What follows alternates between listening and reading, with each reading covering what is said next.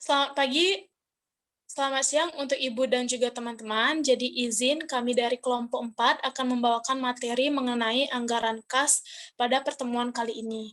Nah, izin memperkenalkan dari kelompok 4, yaitu ada saya sendiri dengan nama Putu Pradipta Vina Maheswari dengan NIM akhiran 1254 sebagai presentator dan juga moderator.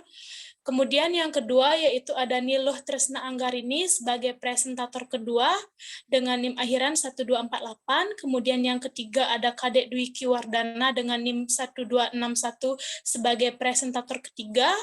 Kemudian yang keempat ada Dima Deyanti Priyandani dengan NIM akhiran 1275 sebagai presentator keempat. Dan yang terakhir ada Diah Laksmi Hermaswari dengan NIM akhiran 1279 sebagai presentator kelima.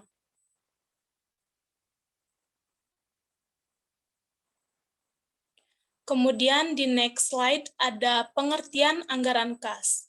Anggaran kas adalah anggaran yang menunjukkan perubahan dan memberikan alasan mengenai perubahan kas tersebut dengan menunjukkan arus kas masuk sebagai sumber kas dan arus kas keluar sebagai arus kas dibelanjakan atau digunakan, sehingga tampak kelebihan atau kekurangan kas dan saldo kas selama periode tertentu dari suatu organisasi. Kemudian untuk materi selanjutnya saya serahkan ke teman saya. Untuk Niluh Tresna Anggarini saya persilakan. Baik, di sini saya akan melanjutkan materi mengenai manfaat anggaran kas. Manfaat anggaran kas ada 5. Yang pertama yaitu dapat diketahui posisi kas sebagai hasil rencana operasi perusahaan. Yang kedua, mengetahui surplus atau defisit kas. Yang ketiga yaitu dipergunakan sebagai dasar untuk mengantisipasi kebutuhan kas karena defisit kas. Yang keempat yaitu sebagai dasar untuk mencapai target dan mengukur keberhasilan perusahaan. Yang kelima yaitu alat untuk mengkoordinasikan kegiatan perusahaan. Baik, itu saja yang bisa saya jelaskan. Saya kembalikan ke moderator. Baik, terima kasih Tresna. Kemudian untuk materi selanjutnya akan dibawakan oleh Kadek Dwiki Wardana. Untuk Dwiki saya persilakan. Baik, di sini saya akan melanjutkan materi tentang faktor-faktor anggaran kas. Yang pertama, kegiatan operasi. Kegiatan operasi adalah kegiatan perusahaan yang bersifat rutin dan terus-menerus dilakukan. Yang kedua, kegiatan investasi. Kegiatan investasi adalah kegiatan yang meningkatkan dan menurunkan aset tak lancar yang digunakan perusahaan.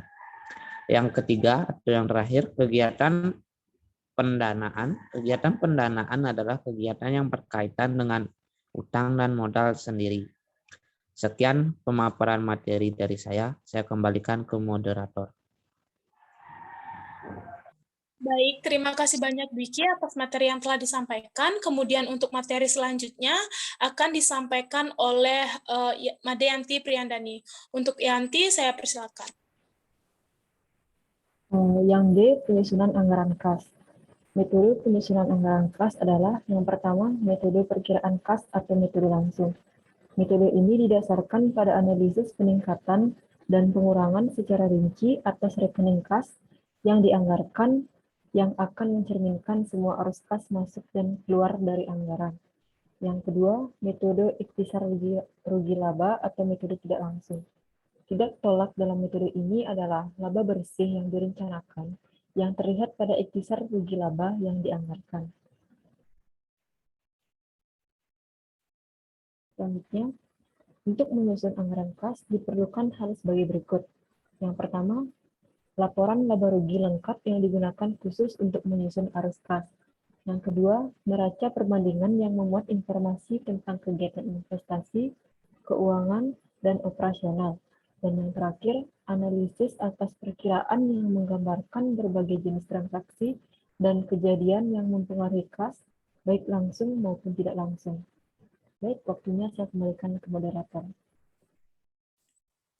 Baik, terima kasih banyak Yanti atas penjelasannya. Kemudian untuk pemaparan materi yang terakhir itu akan disampaikan oleh Diah Laksmi. Untuk Diah, saya persilakan. Baik, saya akan membacakan.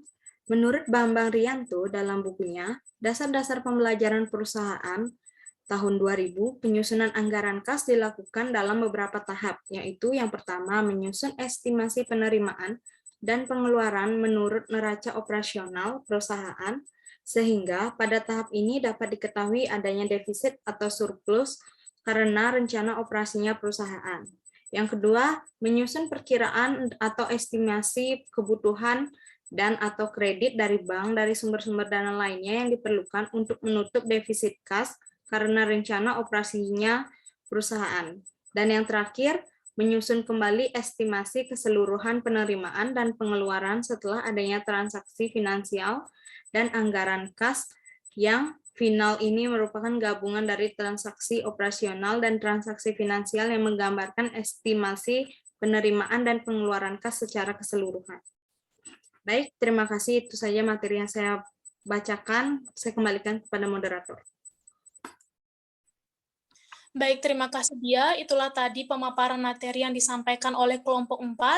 Sebelumnya terima kasih untuk teman-teman yang sudah bersedia membawakan materi anggaran kas. Kemudian selanjutnya untuk teman-teman, silakan dicermati makalah maupun video yang sudah kami sediakan di e-learning. Kemudian untuk sesi tanya-jawab akan kami adakan di e-learning pada saat jam perkuliahan dimulai, yang akan dilanjutkan dengan Zoom.